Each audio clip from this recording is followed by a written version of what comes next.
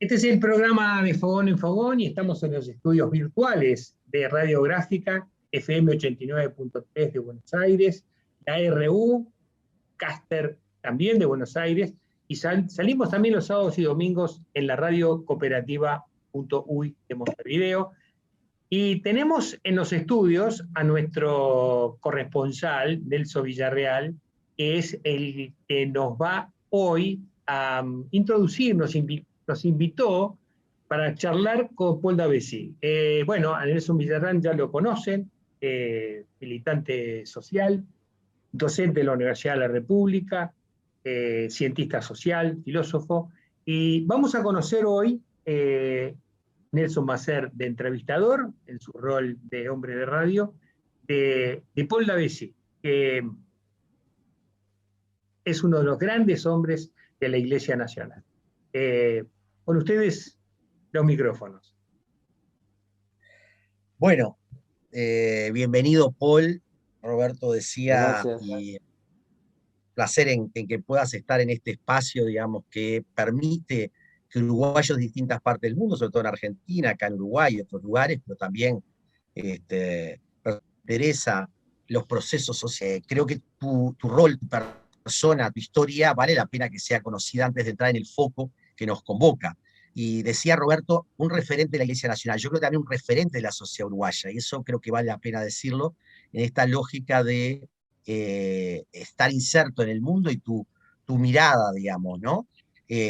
Tú sos un sacerdote de la Iglesia Católica, sos doctor en teología, experto en patrística, es decir, lo que implica eso para no solamente la Iglesia, yo como profesor de Historia de las Ideas en la Facultad de Derecho, o lo que ha significado para renovar en el concilio a la Iglesia Católica, lo que implica de referencia la trayectoria de la construcción de una teología latinoamericana, la teología de la liberación, lo que implica también tu rol de asesor de estudiantes y profesionales católicos, tu participación activa en la construcción de la pastoral de conjunto. Bueno, yo quiero algunos aspectos, pero me gustaría, Paul, que tú dijeras desde dónde te miraste hoy, digamos, ¿no? Tenés una gran trayectoria y seguís actuando, ¿no? Blanca Rodríguez, la periodista, decía en una entrevista radial, seguís aportándonos tanto a los creyentes como a los no creyentes en esta sociedad uruguaya. Bueno, ¿desde dónde, Paul, te presentarías? Bueno, ante todo, bueno, muy buenos días a todos y gracias y a todas, como decimos.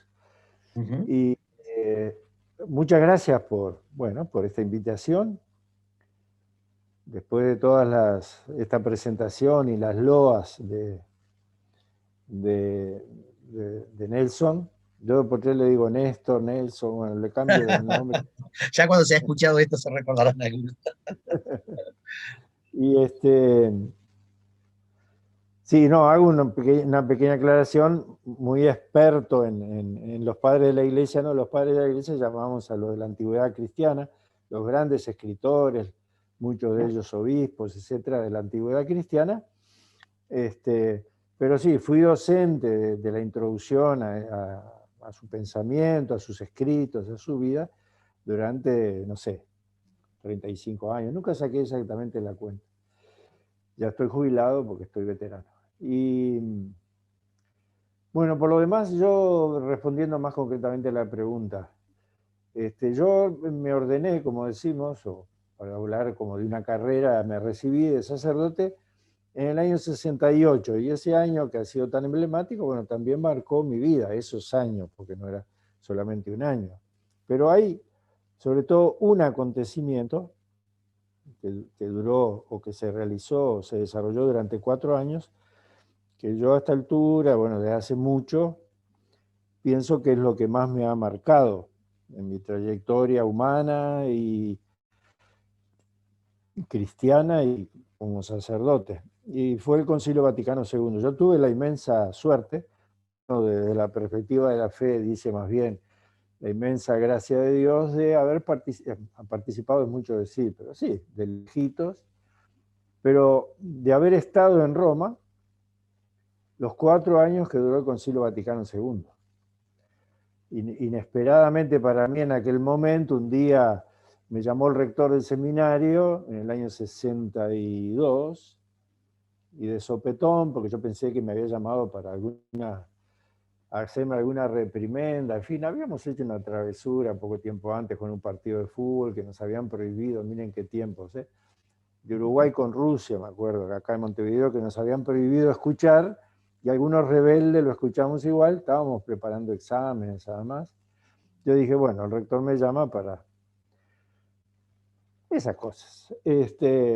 Y por el contrario, apenas llegué, me dijo, bueno, hemos pensado en ti para enviarte a estudiar a Roma. Yo dije, bueno, quedé medio hasta que me ubiqué. Bueno, 2 o 3 meses después partí a Roma y estuve 4 años allá sin volver, pero que fueron esos 4 años para mí de una...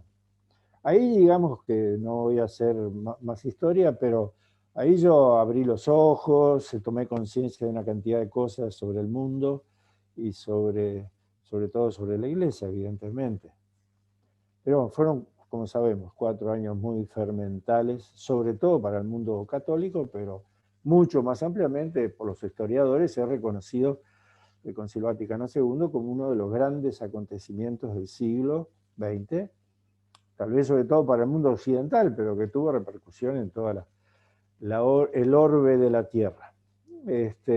Paul, te Bueno, interrumpo después, porque me parece que, sí, bueno, en esa línea, ¿no? Emerge en el concilio una categoría que creo que marca tu vida, tu mirada y tu inserción, que es la idea de signo de los tiempos, ¿no? Que marca también a lo secular y no solo a lo religioso.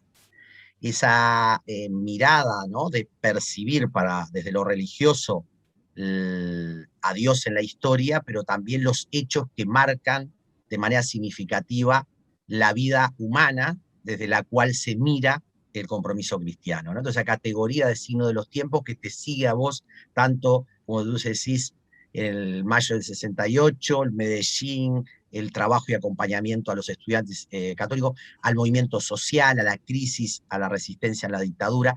Si pudieras, porque digo, así podemos entrar en la temática, desde la categoría de signo de los tiempos, tu vida, ¿cómo la visualizás en relación a lo que ha vivido Uruguay, a lo que implica esa iglesia inserta en el mundo y no fuera del mundo, ¿no? eh, sí, la categoría está digamos, la expresión está en los evangelios, sobre todo en un pasaje en que Jesús dice cómo es que no son capaces de interpretar o discernir los signos de los tiempos, si son capaces de decir, mirando el cielo, va a llover, o sea, sí de los fenómenos naturales, pero no de interpretar, de saber, por lo menos de intentar captar el significado de los acontecimientos que viven los seres humanos. Eso significa, de manera amplia, hay otras acepciones más técnicas, etcétera, que no viene al caso. Y bueno, eso fue, pero todo, ¿no? Porque en esa categoría se resume toda una evolución teológica que en el concilio Vaticano II fue planteada como medio inicialmente. De hecho, hubo dificultades, sobre todo de tipo más del método a utilizar para hacer esa lectura de esos signos de los tiempos. Pongamos un signo de los tiempos en ese momento, ¿no? En el año 62, los que vivimos para contarlo, ahí yo me acuerdo que estábamos asustados, ¿no? Pues en Europa era distinto que acá en América. Lo que podía suceder fue la crisis de los misiles en Cuba. Nada menos que eso, en 2 o 3 días que el mundo estuvo al borde de una guerra nuclear, más que nunca, aparentemente por lo que se puede saber. Bueno, el estilo también de Juan XXIII lo hemos sabido de ese papa de esos años que convocó el concilio. Después, en el trabajo de los historiadores, todos los papeles, digamos, los escritos de él, las agendas que llevaba, hemos conocido, y por testimonios también del mundo secular, político, internacional, hemos conocido la importancia que tuvo el Papa Juan XXIII en la resolución de la crisis de los misiles, por su influencia en Khrushchev, pero también en Kennedy, y esos puentes, bueno, lo que fuera. Pero, y bueno, la actitud era esa. A mí siempre me impresionó, y sigo hablando en esos términos, que fue todos esos años, ya venía de antes, evidentemente, nada nada nace por arte de magia. Esos años fueron para la Iglesia Católica una búsqueda de salir de un encierro, sí, de hecho secular, en que nos habíamos metido, y bueno, como se dijo, de apertura. Una apertura que, y ahí entro en otro pequeño paso, una apertura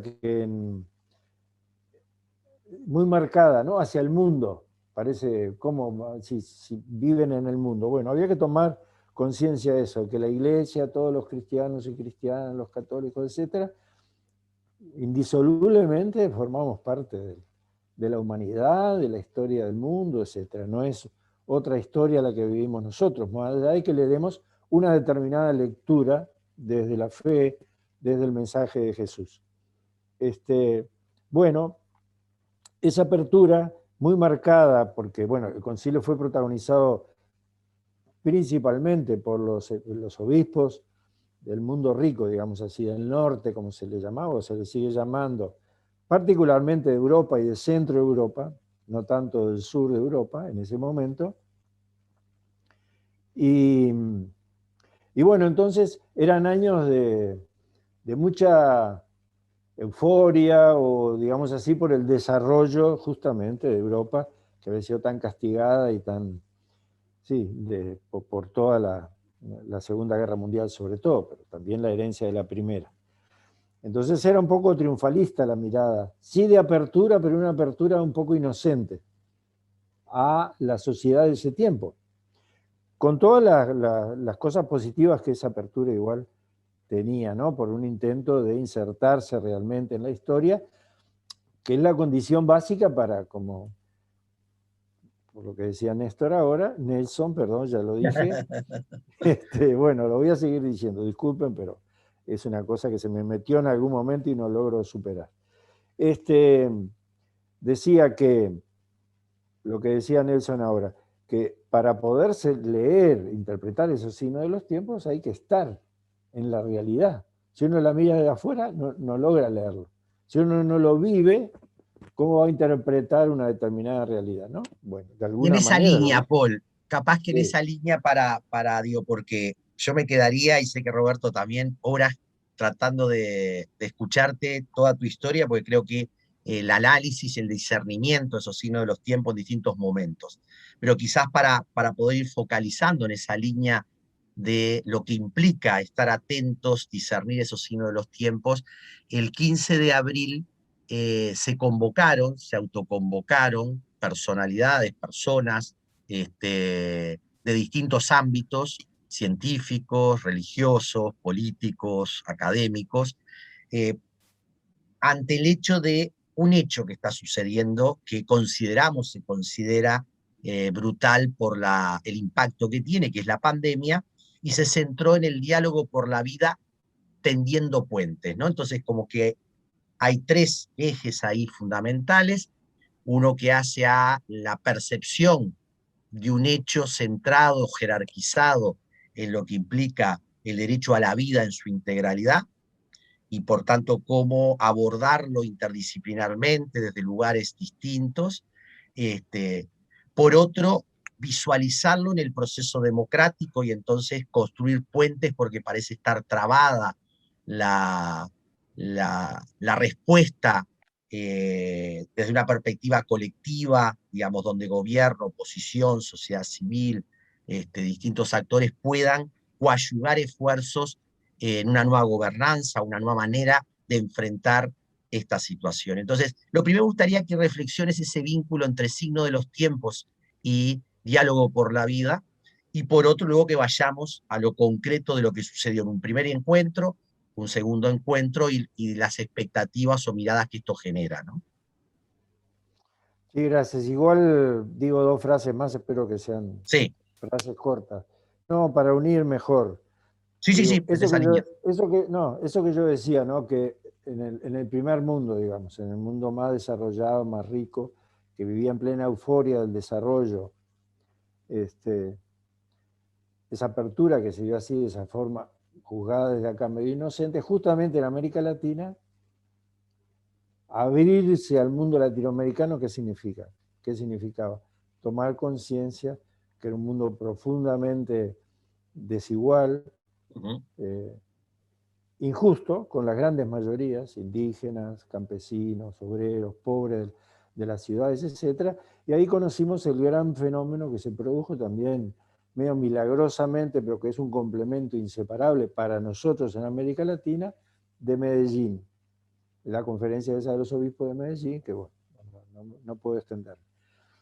Pero yo lo uno a eso con el hecho de que acá en Montevideo comenzó justamente en ese año, el año anterior y ese, lo que le llamamos, tú lo dijiste, Nelson, la pastoral del conjunto, que era, bueno, justamente tenía esos principios, digamos así, o opciones de base, que era para poder redefinir, modernizar muy entre comillas, o sea, poner al día, como decía Juan 23, ayornar, eso significa ayornare, la vida y la misión, la tarea de la Iglesia.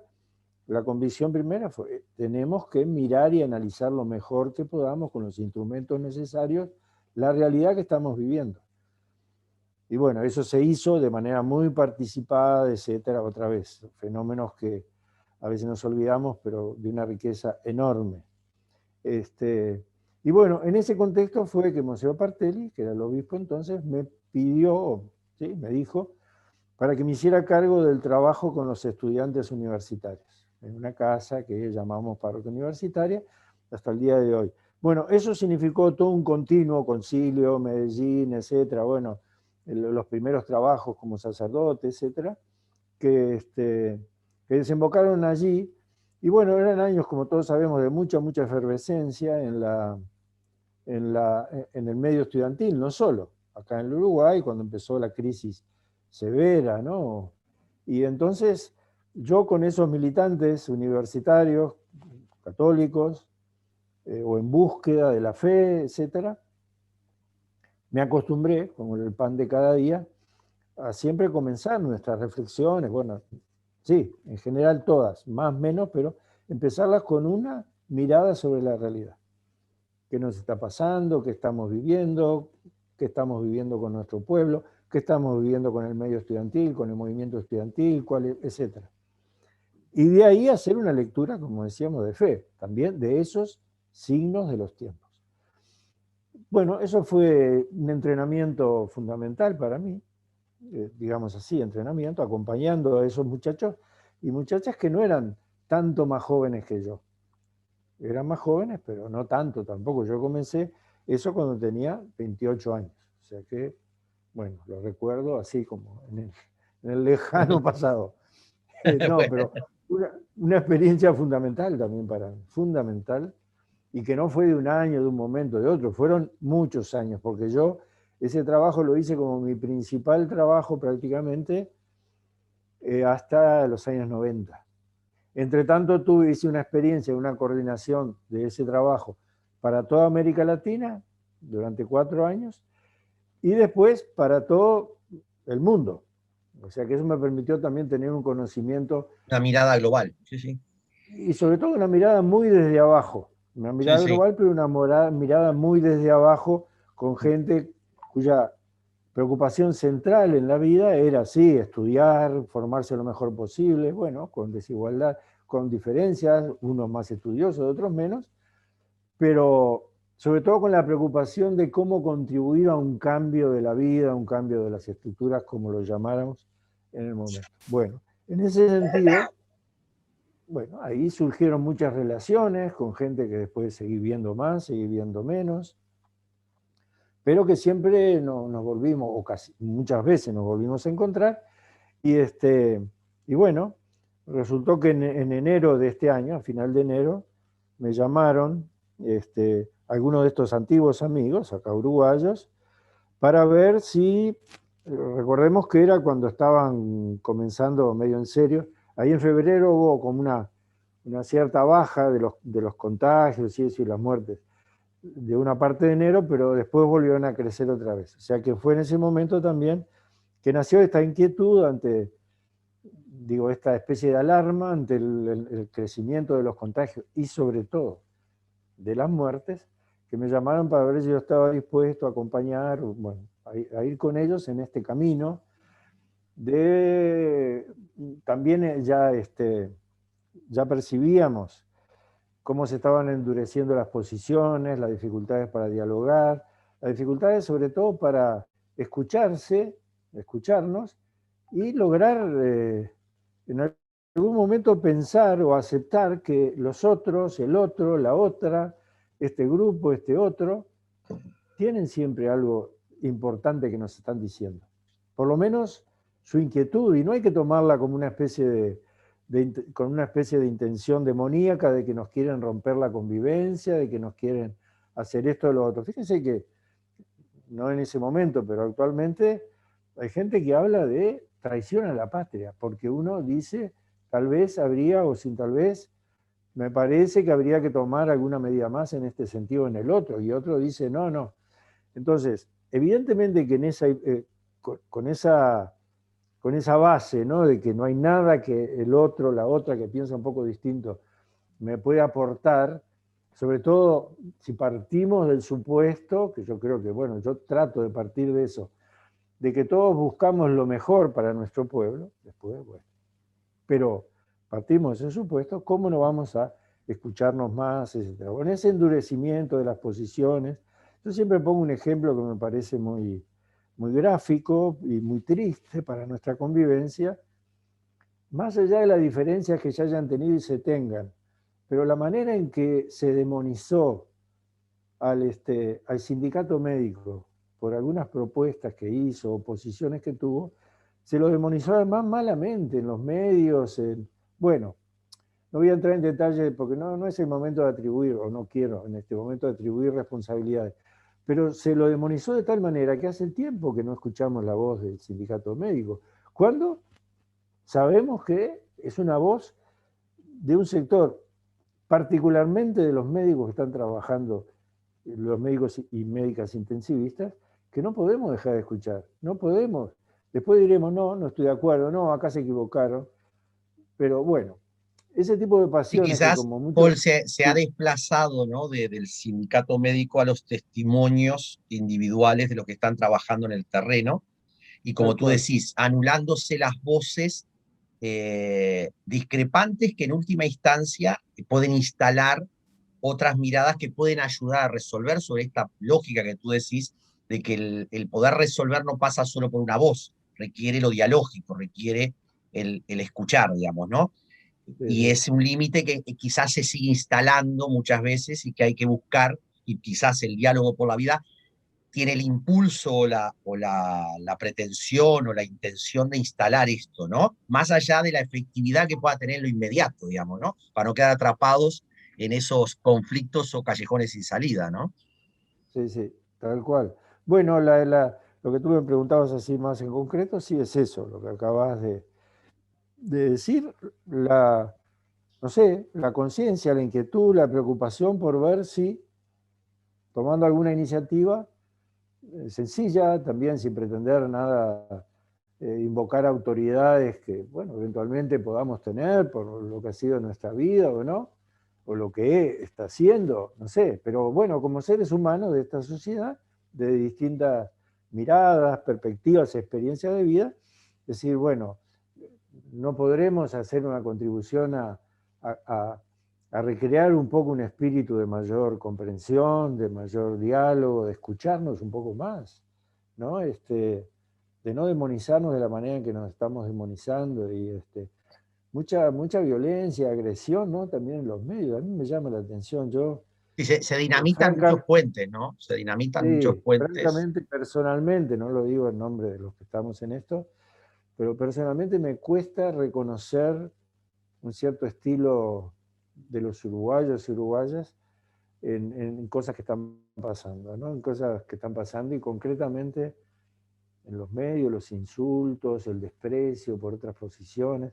Es realmente triste, triste, triste para nuestra convivencia, más allá de que uno sabe que eventualmente podemos revertir esto, pero para eso se necesita mucha colaboración de todos y todas para revertir esto, ¿no? Para crear lazos, tender puentes, Ahora, Paul, preguntarnos... en esa lógica que vos decís, ¿no? Por un lado tenemos el diagnóstico, una realidad compleja. Uruguay está en los primeros lugares de muertes por COVID. Tenemos esta traba de incapacidad de dialogar, de crear puentes que se hace ajena a la tradición, porque la tradición uruguaya ha sido esa. Me gustaría que desgranes las voces que has escuchado en el diálogo por la vida, para no quedar atrapados en el callejón que tenemos que analizar también desde otros lugares. Las voces de los académicos, de los religiosos, de los políticos, las voces de los que participaron de derechos humanos, ¿qué rescatás vos, qué quedaste para decirle, ¿no? a la audiencia que escucha esto? Digo, te solicitaron ser coordinador de este espacio horizontal, y que estás tratando de canalizar. Si desgranás las voces que se escucharon ahí, digamos, ¿no? Que vos podrías como decir, bueno, los académicos, los científicos, los religiosos, las religiosas, los militantes afro, hay distintos actores que quizás que desgranes desde dónde, qué es lo que están planteando, para luego abordar el tema del conflicto, de la dificultad para dar continuidad o asentar este tema, ¿no? Está bien, sí, sí, gracias. Bueno, entonces con esa base, después de unos intentos y otros, sí, con eventualmente dudas, porque no es una cosa así que esté clara por dónde ir y qué hacer, etc. Bueno, nos pareció que sería bueno tener una primera actividad que la hicimos el 15 de abril, dijiste tú. No, sí, 15 de abril 15 de fue. abril fue el primero, sí. Ahí está, ya estaba medio confundido con las fechas. Que fue medio cerrada, entre comillas, porque se invitaron unas 40 personas, además de los que, bueno, en total éramos esas 40 personas, de lo más representativas posible de la variedad de nuestra sociedad. Bueno, ahí cometimos algunos errores, limitaciones que nos hicieron observar y le damos toda la razón a esas observaciones, que la proporción de mujeres no fue la conveniente ni la adecuada, digamos, para una mayor riqueza, no para cumplir con o ser correctos políticamente. Lo mismo de gente más del interior, había más de la zona metropolitana, pero no de otras partes del interior de la República. Y hay Voces que jóvenes decirlo, también. bueno, jóvenes, no, sí, sí, estamos, no es fácil tampoco convencer y darse cuenta. Los que estamos Sí. en esta iniciativa somos relativamente veteranos, no es el caso de todos, de 3 o 4 que son, sí, de una generación. Yo ya, por decir, yo voy a cumplir dentro de un mes 81 años, pero soy el mayor, si no me equivoco, de todos. Pero bueno, después hay otros que son básicamente, como yo decía, esos que conocí por el año 68, 69, pero otros sustancialmente menos ancianos, digamos así, o menos mayores. Después invitamos del mundo sí, no político, que estén en general en ejercicio de responsabilidades políticas en este momento, en general no, pero sí antiguos digamos, funcionarios públicos en el sentido así de exministros, como por ejemplo, o viceministro, como por ejemplo Miguel Fernández Galeano, que por otra parte es un especialista en las cuestiones de salud pública, fue consultor de la Organización Mundial de la Salud hasta no hace mucho tiempo. También concretamente Ricardo Ehrlich, que es uno de los que yo decía que conozco del año 68. También unos cuantos médicos, estaba por ejemplo, por decir algunos que yo no conocía tampoco, Ricardo Silvariño, que es presidente de la Sociedad Uruguaya de Nefrología y profesor en la Universidad en la UDELAR. También Rodolfo Vázquez, que es el médico director del Departamento de Medicina Preventiva y Social de la UDELAR. Después, sobre todo, una gran preocupación fue la de invitar a periodistas. De hecho, Sí. estaban uno, finalmente Aldo Silva no pudo entrar por razones técnicas, digamos, a pesar de que era una hora complicada para ellos, pero estuvieron Blanca Rodríguez y Daniel Castro de los respectivos, digamos, noticieros, ¿no?, centrales de Canal 4 y Canal 10. Estuvo el redactor responsable del El Búsqueda Observador, estuvo, el Observador y a la diaria, ¿no?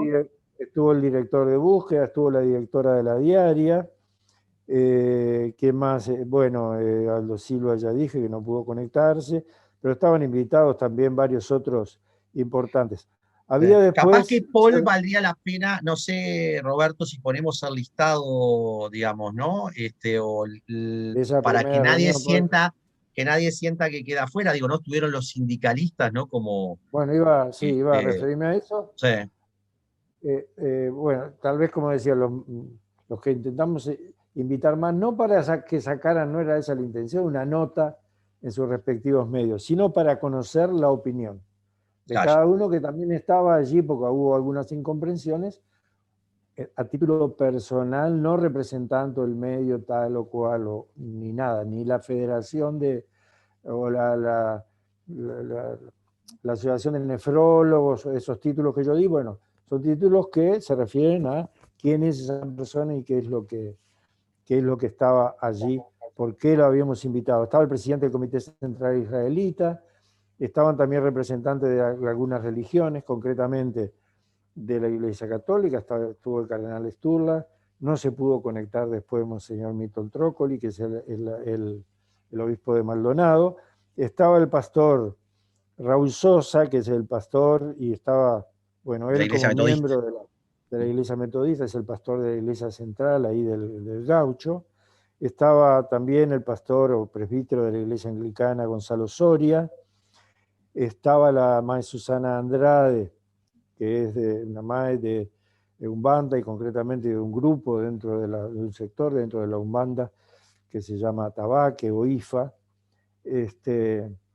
Y me estoy olvidando eventualmente de alguno más. Sí, Y capaz después, sobre que, todo, sí, sí, te iba a decir, Paul, sí, creo de que esta primera etapa de la entrevista, digo, creo que nos das, primero te presentamos el primer abordaje a lo que fue el Diálogo por la Vida, que nosotros complementaremos con todos los nombres que participaron, porque nos parece importante. Y bueno, en una próxima instancia vamos a dar continuidad, profundizar lo que implica esto del diálogo por la vida, crear puentes, construir democracia, escucharnos, digamos, ¿no? Entonces, te agradecemos esta primera parte de la entrevista y daremos continuidad.